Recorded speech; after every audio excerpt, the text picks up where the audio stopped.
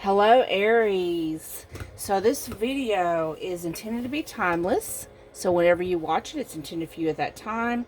This is for Aries, Sun, Moon, or Rising. If you're new to my channel, welcome. Thank you so much. My name is Billy Joe. Let's go ahead and get started. So I'm just going to show you the cards first. For your overall energy on this top row, we have the Fool, the Seven of Cups, the Daughter of Pentacles, and the Wheel of Fortune. For your soul growth, we have the Crumbling, Knowledge, the Crone, and the Seven of Fire. For your career, we have the King of Coins, clarified by the Seven of Fire. The Knight of Wands, clarified by the Ten of Air. The Eight of Cups, clarified by the Nine of Water. For your romance, turn this over here for a little bit. We have the High Priestess, clarified by the High Priestess.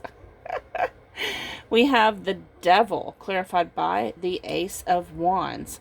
And you have the Seven of Roses, clarified by the King of Swords. Okay. Aries. Let's go ahead and get started with your overall energy here. So we have the Fool card to start off with. So that's like saying that you're on the edge, about to take the leap on this new journey. There's something you're about to start fresh. You have the bird here standing on the ledge, and it's that moment when the bird, the little bird jumps off the ledge for the first time to learn how to fly. Okay. It's also, to me, the Fool card has to do with, like if you're looking at a map, like say a treasure map. The Fool card is, the Fool is where you start your journey, and the world is X marks the spot. So, you're beginning something new. We have the Seven of Cups here. The thing about the Seven of Cups is it has to do with delusions, illusions, being deceived. We have the Moon and the Sun, and it's just saying, things aren't always what they appear to be. Then you have the Daughter of Pentacles. The Daughter of Pentacles is, lots of times she's in the background. She's not in the forefront. She stays behind. She may be a little bit shy. There may be a little bit of shy energy there. But she does have the rainbow over her. She is someone who is, she pays attention to details. Like, it's like that quiet person in the corner who notices everything. Okay. Then you have the Wheel of Fortune. Okay. Now the Wheel of Fortune has to do with karma and balance, and which actually, that's also the Justice card. But the Wheel of Fortune is more like, it's in a way that is, if you're having bad luck, it's going to turn into good luck. If you've been experiencing a lot of pain, a lot of trauma, do know that the sun is going to rise again. It's that kind of rotation. The wheel always turns. Okay. So, with the overall energy, though, what I'm getting, is pretty much you're about to embark on this new journey. Maybe it's one in which that you are unexperienced. So it does have some cautions with it. It does say to be cautious. Don't allow yourself, your naivety about the situation, to allow you to become deceived. If need be, you may need to step back, step out of the box to see more clearly, pay attention to the details. Know that your attention to details and hard work will lead you on the right path towards a positive change, closer to your life's purpose. Okay. Then for your soul growth with the Crumbling, it says, what are you clinging on to? So the Crumbling has to do with, it kind of reminds me of the Tower card, where you have to, one door has to close before another one can open. And it's stuff that's happening for you, not to you. So it's like a forced change, and change is happening to me. Then you have the knowledge card, which has to do with gaining more knowledge, getting more experience, expanding on what you already know, and maybe learning some new ideas as well. We have the crone. The crone is someone who, she's not afraid to be alone. She is someone who is comfortable in her own skin. She embraces her power and she knows who she is.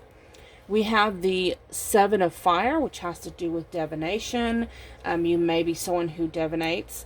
It also has to do with, here she is scrying, but it also has to do with looking within and having the courage to do what it takes to improve yourself for the better.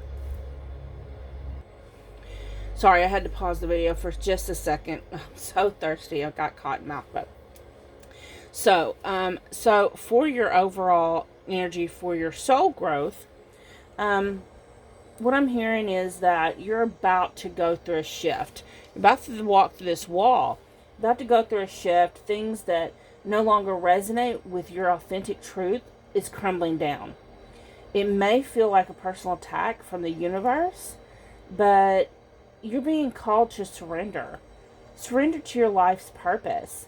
What are you being called to do? Look at your strengths and weaknesses. Look at your goals. Look where your knowledge is taking you. Is it fulfilling your authentic purpose? Understand your true nature and be fearless in your individuality. Heed your intuition and true self-discovery as you look within. Okay? Now, let's look at your career. So for your job, your career, you have the King of Coins. The King of Coins is, that's like the King of Pentacles. He is very generous, very giving, but he's steady and he's true. And, I hear that saying, slow and steady wins the race. So he got where he is by being financially, what's the word I'm looking for? Savvy, financially savvy, has good business sense. Now it's clarified by the Seven of Fire. So that's telling me that there's been instances where, you've had to defend yourself. You've had to stand your ground. You've had to choose your battles wisely. So you have pretty good business sense.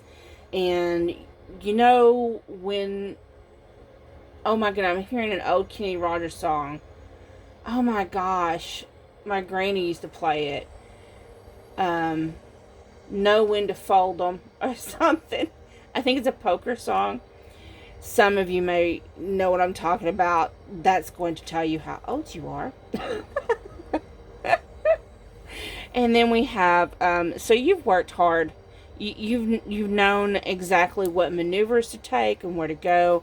You have the Knight of Wands. The Knight of Wands, to me, that's a very active energy. He's not the fastest knight in the deck, but he's nearly the fastest. He's the second fastest in the deck. And the Wands is a fire energy, so it is an action card. The Knight of Wands goes in. He's more of an energy that goes back and forth. So maybe you've been doing several things. Very active, got your hand in a lot of things. It's clarified by the Ten of Air. The Ten of Air talks about the end of a difficult situation, to embrace change, and expect things to get better. So, of course, tens are the end of a cycle. So, even though you are self-made and you are very savvy when it comes to business, it's like you've had your hand in a lot of different things, and it's caused you maybe some stress. But do know that that is coming to an end, because you next have the Eight of Cups. And the Eight of Cups talks about walking away from things that no longer serve you. So some of these things you have your hand in, you're seeing that they're not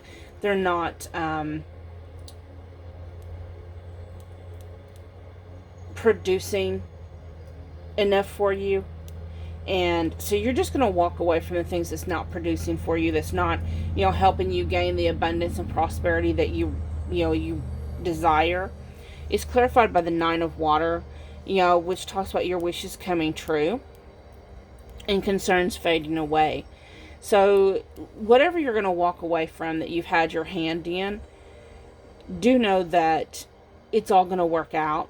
It's going to bring you peace of mind, and you're going to be okay walking away from it. Now, excuse me, for your romance, Aries, let's come over here for a little bit. So the funny thing is you have the High Priestess card, clarified by the High Priestess card. And please don't pay attention to my nails. It's time to get them done again. So, to me, the High Priestess she's someone who's very intuitive. She's empathic. She's a very spiritual person. She is very deep. So, Aries, this looks like you have a soul connection coming in. Whether this is a soulmate, high-level soulmate, twin flame. This is someone you're going to have a very strong connection with. Someone that y'all may visit each other in astral travel. You may intuitively be able to have telepathy. Maybe you can read each other's energies. It's going to be a very strong connection. Then you have the Devil card, clarified by the Ace of Wands. So if you look at that Devil card, it says seduction. But look at the snake wrapped around her. So do expect with this soul connection, you may go through a Kundalini awakening. And when it gets to your sacral chakra, yes ma'am, or yes sir, that is going to be a roller coaster. The Ace of Wands. If you're a man, do know that, this is like tantric sex. This is deep tantric sex. Where your Kundalini is rising, and because it's clarified by the Ace of Wands, which to me is like a hard-on. He wants to offer you his big stick. So there's going to be a lot of passion in this. And then we have the Seven of Roses, clarified by the King of Swords. The Seven of Roses, of course, it talks about having courage. It's like the Seven of Wands, where he's, the person is protecting his energy. He's very protective, but he also has to stand up and have courage to face changes and face new things coming in. So with this soul connection, sometimes it's scary. So especially at first, if you start going through an awakening and you feel like you're going crazy, you're like, oh my God, what the hell is going on? But with the King of Swords clarifying this, you can have courage, because the King of Swords is someone who's very just, very fair. And it is swords, so there's clarity. You're going to be perfectly clear about what you're doing. You're going to know exactly that this is intended. It's meant to happen. Okay? So, I hope that resonated. If you enjoyed this month's reading, please hit the like button. If you haven't subscribed to me yet, please subscribe. I would love to welcome you to my soul family. And if you're subscribed, thank you so much. I love you so very much. Y'all have a great day. Bye-bye.